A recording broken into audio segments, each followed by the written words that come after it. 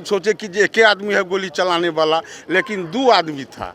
वो पीछा से मारा, उसके बाद हमारा दिमाग काम नहीं करने लगा। नहीं, अभी तो जो प्रारंभिक बात है वो यही है कि जो दोनों व्यक्ति आए थे, पूछताछ में उन्होंने कुछ बातें बताई हैं उसको। नमस्कार, आप लाइव स्ट्रीम देख रहे हैं। मैं हूं आपके साथ रोहित वर्मा। देखिए, थोड़ी देर पहले पटना में बड़ी वारदात हुई। कोर्ट परिसर के भीतर ही, पुलिस कस्टडी के भीतर ही एक अपराधी को कुछ लोग आते हैं और ठोक देते हैं। मौके पर से 2 लोगों की गिरफ्तारी हुई है। पटना के एसएसपी राजीव मिश्रा भागे भागे दानापुर कोर्ट परिसर में पहुंचे हैं। सभी चीजों को देख रहे हैं, पूरे मामले को खंगाला जा रहा है। और देखिए, इस मामले में 2 लोगों की गिरफ्तारी हुई है। साथ ही जो पुलिस कर्मी छोटे सरकार, यानी अभिषेक इसका नाम बताया जा रहा है, जो बीटा का रहने वाला है, और छोटे सरकार 8 मर्डर केस में जेल में बंद था। और इस 8 मर्डर केस में जो है, उसमें पेशी के लिए दानापुर कोर्ट परिसर में लाया गया था। जिस पुलिसकर्मी के कस्टडी में उसको रखा गया था, उसने भी पूरी वारदात को बताया है कि किस तरीके से 2 अपराधी जो मुजफ्फरपुर के रहने वाले हैं, उसने इस पूरी घटना को अंजाम दिया। और पटना के एसएसपी क्या कुछ कह रहे हैं, इस वीडियो में सुनिए। कैदी पेशी के लिए लाते हैं कोर्ट में हम लोग वहाँ से, और वहाँ से लेके आ रहे थे तो एक आदमी पीछा से गोली चलाया, ठीक ना। और उसके बाद जो है से हम लोग ओकरा मुड़ के गाली गलौज किए। हमारा साथ में फोर्स जो था एगो आरम पार्टी, वो दौरा उसको पकड़ने के लिए हम लोग भी मुड़ गए थे। और पहले से भी एक आदमी घात लगा के फिर तो पीछा में था, वही जो हम रस्सी पकड़ लेते वो कैदी को गोली मारना शुरू कर दिया। हम लोग तो इधर घूमे थे, पश्चिम में थे, लेकिन वो पीछे से मारना शुरू कर दिया। हम लोग सोचे कि एक ही आदमी है गोली चलाने वाला, लेकिन 2 आदमी था। वो पीछा से मारा, उसके बाद हमारा दिमाग काम नहीं करने लगा। जब हम क्या करेंगे, तो हम जो है वो डांट पकड़ के गिर गए। कितने गोली मारे गए? तो ये बताइए कि जो कितने लोग थे और कहाँ से लेके आए थे अपराधी को जिस पर गोली चली थी?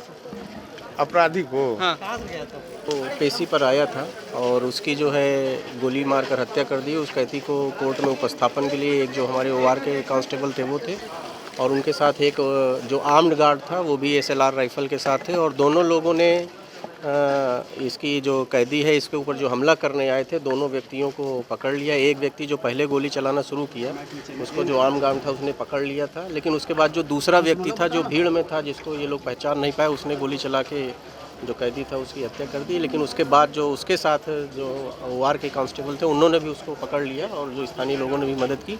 तो जो दोनों व्यक्ति हत्या करने आए थे, उनको पुलिस ने तुरंत ही घटनास्थल से गिरफ्तार कर लिया है। दोनों हथियार भी उनके पास से बरामद हो गया है।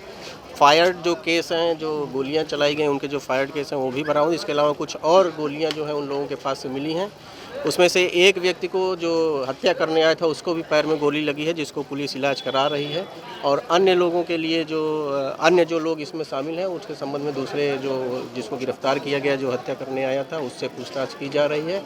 और हम लोग पूरे मामले की समीक्षा कर रहे हैं कि किस प्रकार से कोई जो बाहरी व्यक्ति था वो हथियार लेके प्रवेश किया है। मोटिव क्या हो सकता है सर? क्या आप लोग नहीं, मोटिव नहीं, अभी तो जो प्रारंभिक बात है वो यही है कि जो दोनों व्यक्ति आए थे, पूछताछ में उन्होंने कुछ बातें बताई हैं, उसको हम लोग फर्दर वेरीफाई कर रहे हैं। दोनों मुजफ्फरपुर से आए थे, ये उन्होंने अभी बताया है, क्योंकि अभी जस्ट तुरंत की घटना है, तो हम लोग आगे अनुसंधान कर रहे हैं। और जैसे ही कुछ आपको हत्याकांड नाम क्या था जो कैदी थे? उसको अभी छोटे सरकार के नाम से ये लोग बता रहे हैं, और उसके ऊपर भी बता रहे हैं कि हत्या जैसे गंभीर मामले अंकित थे और उसी में वो जेल में था कुछ समय से। तो क्या लगता है बदले को लेकर ये हत्या हुई है? नहीं, अभी देखिए, क्योंकि इन्वेस्टिगेशन एकदम इनिशियल स्टेज में है, तो एक्चुअल या एग्जैक्ट रीज़न क्या है वो अभी कह पाना मुश्किल है। हम लोग थोड़ा इन्वेस्टिगेशन को फर्दर डेवलप कर पाएंगे तो क्या रीज़न था, क्या मोटिव था, कौन लोग इन्वॉल्व हैं, वो सारी, क्योंकि निश्चित रूप से जिस तरह से घटना हुई है तो जो 2 लोग हत्या करने आए थे उसके अलावा भी लोग इन्वॉल्व होंगे। हम लोग सारा जो है इन्वेस्टिगेशन में देखेंगे, उसके बाद आप लोगों को अपडेट सर, कोर्ट परिसर की सुरक्षा पर भी सवाल उठ रहा है कि जैसी स्थितियां थी जब गन लेकर लोग चले आते हैं तो क्या? नहीं, निश्चित रूप से ये जो है कोर्ट सुरक्षा का जो मामला है, ये गंभीर विषय है और हम लोग इसको देखेंगे। क्योंकि इवन जो जिसकी हत्या हुई है उसके साथ भी हमारे 2 कांस्टेबल थे, और दोनों ने ही बहुत त्वरित कार्रवाई करते हुए जो दोनों व्यक्ति हत्या करने आए थे, अपराधी थे, उनको गिरफ्तार भी कर लिया है। लेकिन किस परिस्थिति में जो है, क्योंकि DFMD भी हम लोग का लगा है, वो भी कार्यरत स्थिति में है, कांस्टेबल भी वहाँ लगा है, वो भी चेक कर रहा है। तो किस परिस्थिति में या किन रास्तों से आए, फर्दर जो CCTV वगैरह वो हम लोग स्कैन कर रहे हैं, और आगे कैसे लापरवाही हो उसको भी हम लोग करेंगे। और अगर किसी की लापरवाही पाई जाएगी सुरक्षा के संबंध में तो उसके विरुद्ध भी कार्रवाई की जाएगी।